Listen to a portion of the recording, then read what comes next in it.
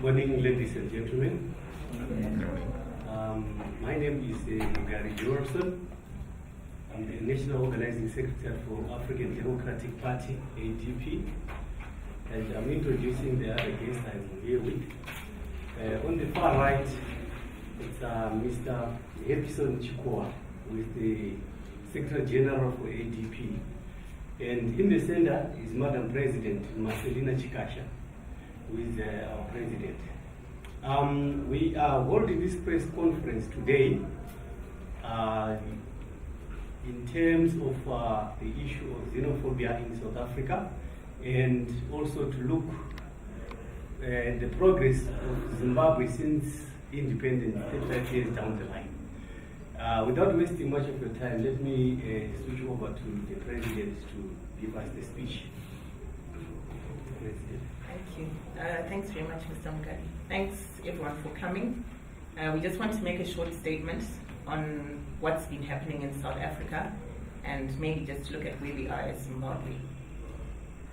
The xenophobic attacks in neighboring South Africa have reinforced a message that we can no longer afford to ignore. We have to sort Zimbabwe out. We cannot continue to ignore the fact that we are at the mercy of an uncaring government. Whilst we condemn the xenophobic attacks in the strongest possible terms, we want to ask the ZANU-PF-led government how many Zimbabweans were killed in the xenophobic attacks and how many are dying daily at Harare Hospital. How many are dying in road traffic accidents due to poor roads and lack of lighting? Who has presided over the death of more Zimbabweans?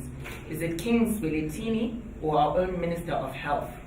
We further ask, who wants to stay in such a dilapidated and non-working country where a few elites are benefiting from resources that belong to all of us? Fellow Zimbabweans, whilst we can petition and organize little marches in South Africa, the problem certainly falls squarely at the feet of ZANU-PF. ZANU-PF has virtually criminalized existence. Being born Zimbabwean is now a punishment that comes with toil, hardship, and an uncertain future. This cannot carry on. While the MDCT is preoccupied with its own internal struggles, the country is in free fall. What we need right now is leadership, firm and decisive leadership. We don't need crybabies and sulkers who forever complain but never improve people's lives, whose own personal agendas have become bigger than the national agenda, more important than the lives of our people. We don't need corrupt and cruel leaders driving around in big cars and building mansions while the majority of people are living on less than $1 a day. What we need is a fresh start, a new vision for Zimbabwe that will usher us into an era of prosperity. What we need is the African Democratic Party. ADP is going to focus on pushing for reforms that will make this country easier for people. Little by little, bit by bit, I'm saying that we as Zimbabweans can change our situation. Today, we are placing the following demands on this current government. We want them to reduce toll gate fees from $2 back to $1. We want the initiated exam fees scrapped altogether. We want to ask them, where are people supposed to get money when there are no jobs and the economy has nosedived? We also demand a full report from the Minister of Health, Dr. David Parinyatwa, on what is happening in our public hospitals. We need to know why maternal death rates are at an all-time high and Harare Hospital has become known as the hospital of death.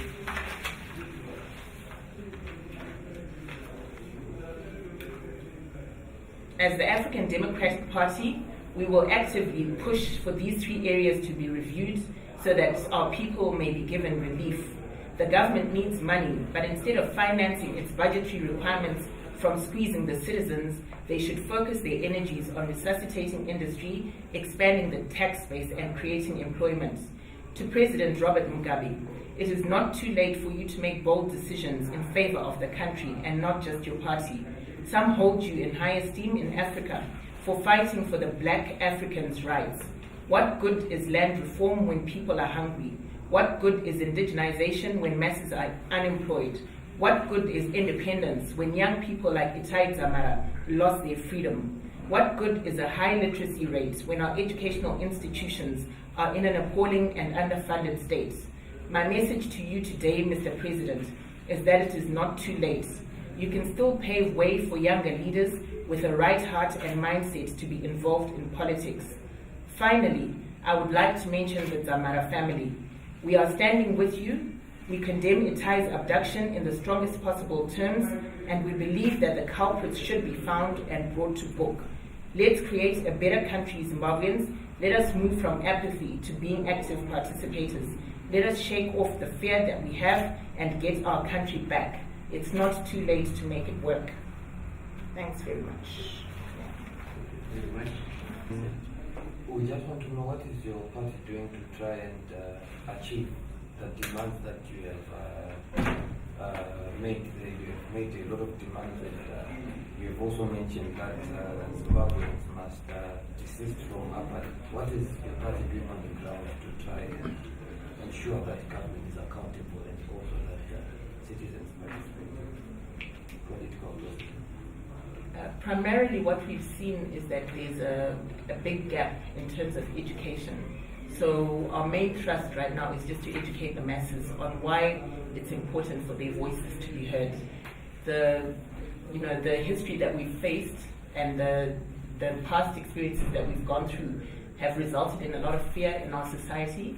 They've resulted in a lot of people thinking politics is hands off for the ordinary citizen, but we need people to realize that in fact we determine our own destiny and people get the leadership that they deserve. So we are really focused on education at the moment. So you have programs that you're running out to educate the masses? I just want to hear from the side is AGP. The statement that was made by President Mugabe saying that Minister Chinamasa had the procedure about discrediting the bonuses in Mexico City. I want to hear your comment pertaining that discord which is in the government. Clearly, it just shows that there's confusion and that the communication structures within the government are not functioning as they should. We expect a position from government which is of one accord. We don't expect disjointed statements from the head of state and the relevant minister. So it's just an indication of what's been going on since the Mujuru debacle, the disjointedness in that party, and we are not at all surprised.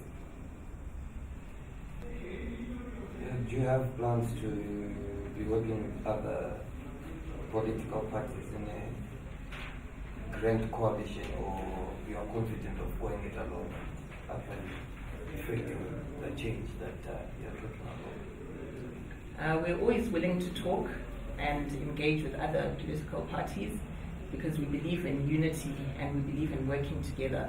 So we haven't ruled it out, but at the moment we obviously just implementing our own policies and our own roadmap to the elections. How are you implementing the policies considering that you are outside a government?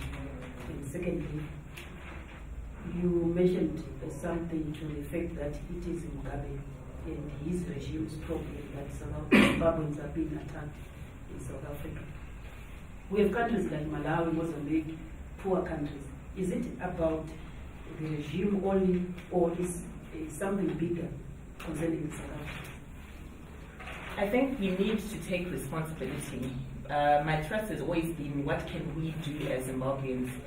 Is it more helpful for us to go and organize a march in South Africa and try and make President Zuma accountable, or is it better for us to actually sort out our own country and make it livable? Is it not better for us to examine the reasons why our people are actually going to South Africa? I think the two issues cannot really be separated.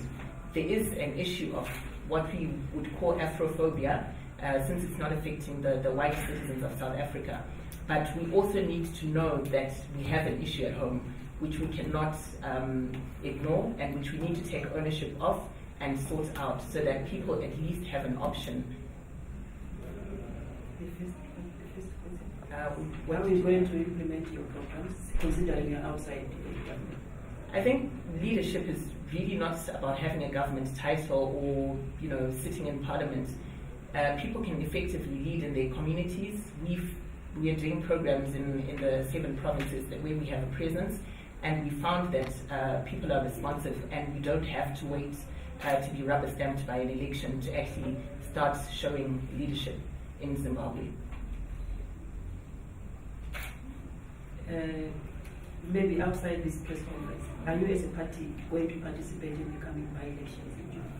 Yes, we're fielding 2 candidates, and we want to test the waters. I've been involved in various debates with people from NGCT, Orbit Gutemem, and we've discussed the issue of boycotting, and we cannot take someone else's position and run with it and say that is our position. We have to also go in there, we have to actively see what reforms need to take place and how we fare as a political party.